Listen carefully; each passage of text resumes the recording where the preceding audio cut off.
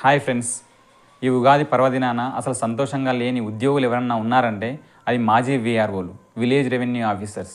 ఎందుకో ఈ వీడియోలో చూసేద్దాం.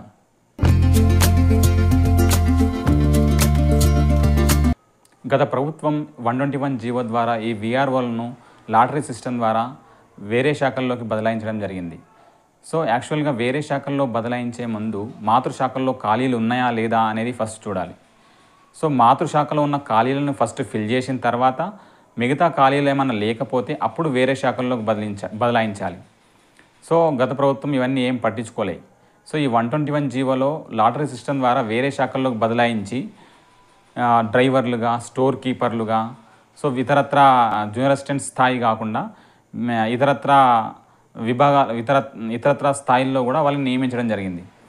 సో వేరే శాఖల్లోకి బదలాయించబడిన వీఆర్ఓలు వాళ్ళ ఎడ్యుకేషన్ క్వాలిఫికేషన్ చూడలే. సో వాళ్ళు ఏం చదువుకున్నారు, వాళ్ళు 10th క్లాస్ చదువుకుర్రా, ఇంటర్మీడియట్ చదువుకుర్రా, డిగ్రీ ఉందా, సో ఎటువంటి ఎడ్యుకేషన్ క్వాలిఫికేషన్ మళ్ళీ వాళ్ళు అసలు డైరెక్ట్ రిక్రూట్మెంట్ వీఆర్ఓసా అంటే ఇట్లా 3 రకాలుగా వీఆర్ఓలు ఉంటారు.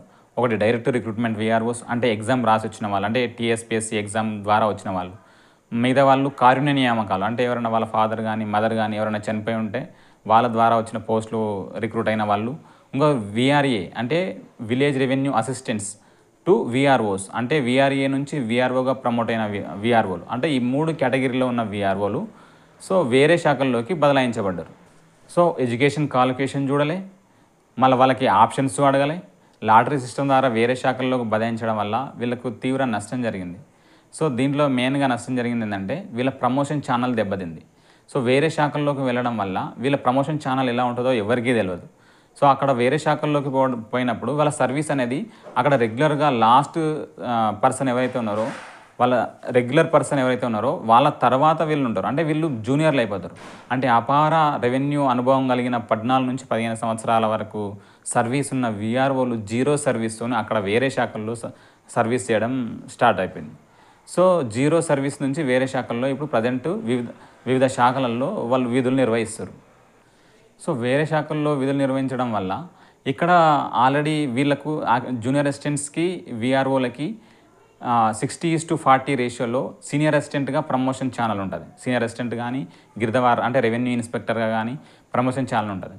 సో వీఆర్ఓలు వేరే డిపార్ట్మెంట్లోకి ట్రాన్స్ఫర్ కావడం వల్ల అంటే రీడిప్లాయ్ కావడం వల్ల సో ఆల్రెడీ వీళ్ళ తర్వాత రిక్రూట్ అయిన గ్రూప్ 4 ఎంప్లాయీస్కి అందరికీ దాదాపుగా మొన్న ప్రమోషన్స్ వచ్చినాయి.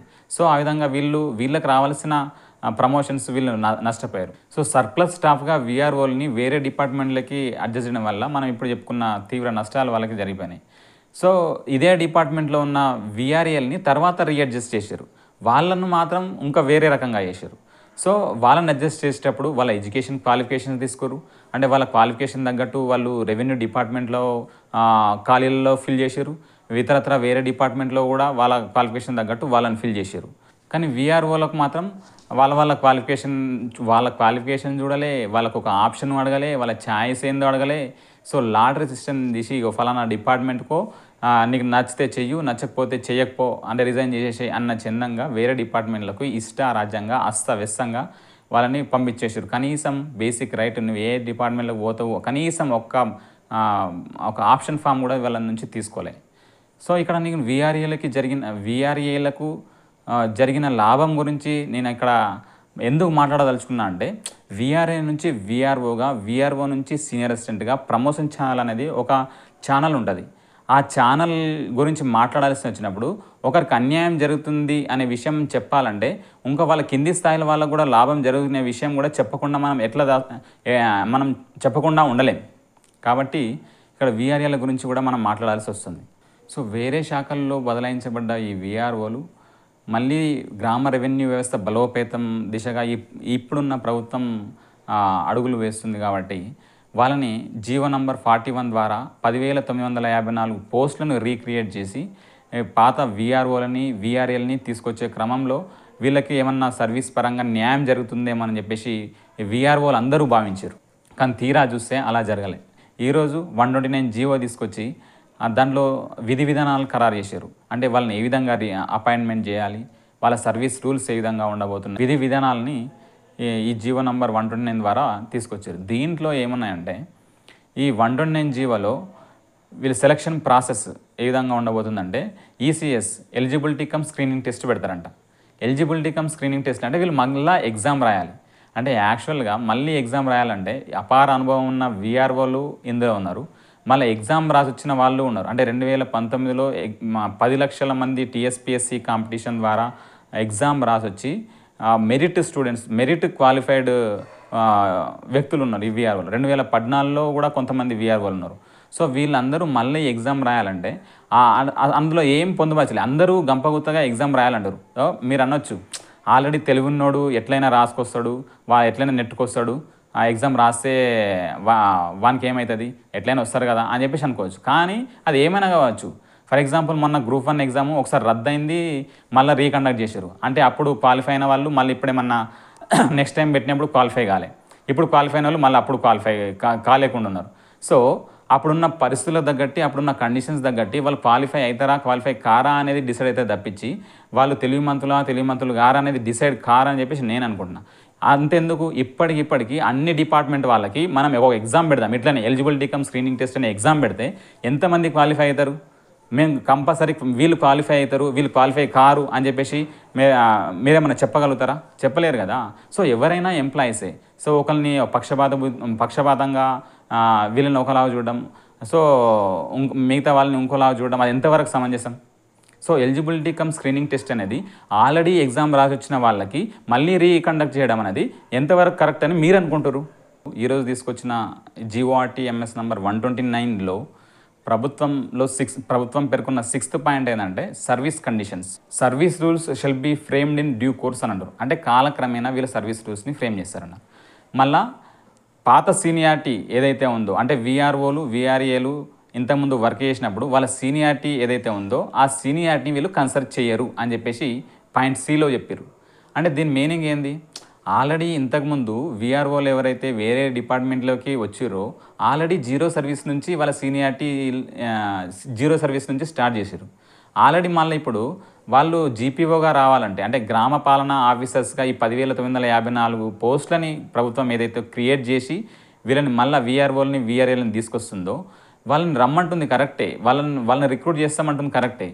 కాకపోతే ఆ రిక్రూట్ చేసే క్రమంలో మళ్ళీ జీరో సర్వీస్ ఇస్తుంది, పే స్కేల్ ఇస్తుంది కరెక్టే, అది ఓకే. కాకపోతే జీరో సర్వీస్ నుంచి ఇస్తే నువ్వు ఆల్రెడీ మళ్ళీ ఇప్పుడు డిపార్ట్మెంట్లో జీరో సర్వీసే చేస్తారు, మళ్ళీ ఇప్పుడు రావాలన్నప్పుడు మళ్ళీ జీరో సర్వీస్ నుంచే మొదలు పెట్టాలంటే అది ఎంతవరకు కరెక్టు? అంటే నువ్వు అక్కడ వీఆర్ఓలకు ఏ విధంగా న్యాయం జరిగినట్టు? సో నువ్వు ఆల్రెడీ జరిగిన నష్టాన్ని నువ్వు పూడుస్తున్నావు అని చెప్పేసి అని అనుకున్నారు అంతా. కాకపోతే మళ్ళీ జీరో సర్వీస్ నుంచి అంటే వీఆర్ఓలు ఎన్ని డిపార్ట్మెంట్లు మారినా ఎక్కడ పోయినా మళ్ళీ వాళ్ళ సర్వీస్ మళ్ళీ జీరో నుంచి మొదలు పెట్టాలనా? సో ఇది ఎంతవరకు కరెక్ట్? ఇది గత ప్రభుత్వం చెల్లా చెదురుగా ఇష్టం వచ్చినట్టుగా లాటరీ పద్ధతి ద్వారా వీఆర్ఓస్ని వేరే డిపార్ట్మెంట్లోకి వేసినాక వాళ్ళ సర్వీస్ మొత్తం అస్తవ్యస్తంగా గందరగోళంగా అయిన దానికి ఈ ప్రభుత్వంలో తెరబడుతుంది అని అనుకుంటే, గ్రామపాలనా ఆఫీసర్స్గా మళ్ళీ జీరో సర్వీస్ నుంచి మొదలు పెడుతుంది అనుకుంటే ఏడ వేసిన గొంగడ ఆన్నే ఉన్నట్టే కదా. సో ప్రమోషన్ ఛానల్ లేకుండా సర్వీస్ అనేది కౌంట్ కాకుండా, సో సర్వీస్ పరంగా ఎంతో ఇబ్బంది పడుతున్న వీఆర్ఓలకు మేమే న్యాయం చేస్తాము, మా సంఘమే న్యాయం చేస్తాము అని చెప్పేసి కొన్ని ఉద్యోగ సంఘాలు, రెవెన్యూ ఉద్యోగ సంఘాలు వాళ్ళు బీరాలు పలికిరు. సో లాస్ట్కి వస్తే వాళ్ళు చేసిన ఘనకార్యం ఏదైనా ఉందంటే మళ్ళీ జీపీఓగా వీఆర్ఓలను నియమిస్తూ వాళ్ళ సర్వీస్ని జీరో నుంచి కౌంట్ చేయడమే. సో అదే వాళ్ళ పెద్ద ఘనకార్యం. వాళ్ళకు న్యాయం ఎక్కడ జరిగిందన్నట్టు. సో మొదటి నుంచి అంటే ఆల్రెడీ పోయిన డిపార్ట్మెంట్లో సర్వీస్ లేదు, ఇప్పుడు వచ్చే డిపార్ట్మెంట్లో కూడా సర్వీస్ జీరో నుంచే మొదలు పెట్టాలి. అంటే వీళ్ళు అంటే రెవెన్యూ డిపార్ట్మెంట్ పునరుద్ధరణ కోసం వీళ్ళని రెవెన్యూ డిపార్ట్మెంట్లోకి రమ్మన్నట్ట, లేకపోతే పొమ్మనకుండానే పొగబెట్టినట్ట? అసలు ఏంది ఇది? అసలు ఏం జరుగుతుంది? ప్రభుత్వం 121 జీవో ద్వారా వీఆర్ఓ వ్యవస్థను రద్దు చేసి వాళ్ళ సర్వీస్ మ్యాటర్స్ని అస్తవ్యస్తంగా గందరగోళం చేస్తే, ఇప్పుడున్న ప్రభుత్వం గ్రామ పాలనా ఆఫీసర్స్గా 129 జీవో తీసుకొచ్చి విధి విధానాలు ఖరారు చేసే భాగంలో వాళ్ళ సర్వీస్ మ్యాటర్స్ని కూడా క్లియర్గా చెప్పకుండా, అంటే క్లియర్గా చెప్పింది ఏంది, వాళ్ళ సర్వీస్ని కౌంట్ చేయమని చెప్పేసి ఖరాఖండిగా చెప్పింది. సో ఇప్పుడు అంటే ఇక్కడ ఉన్న సర్వీస్ జీరోనే, అక్కడ ఉన్న సర్వీస్ జీరోనే. సో ముందు వెళ్తే నుయ్యి, వెనుక వెళ్తే గొయ్యి అన్నట్టు వీఆర్ఓల పరిస్థితి అయోమయ పరిస్థితిలో ఉంది. సో ఈ పాపం ఎవరిది? అసలు మీరేమనుకుంటున్నారు కింద కామెంట్ చేయండి.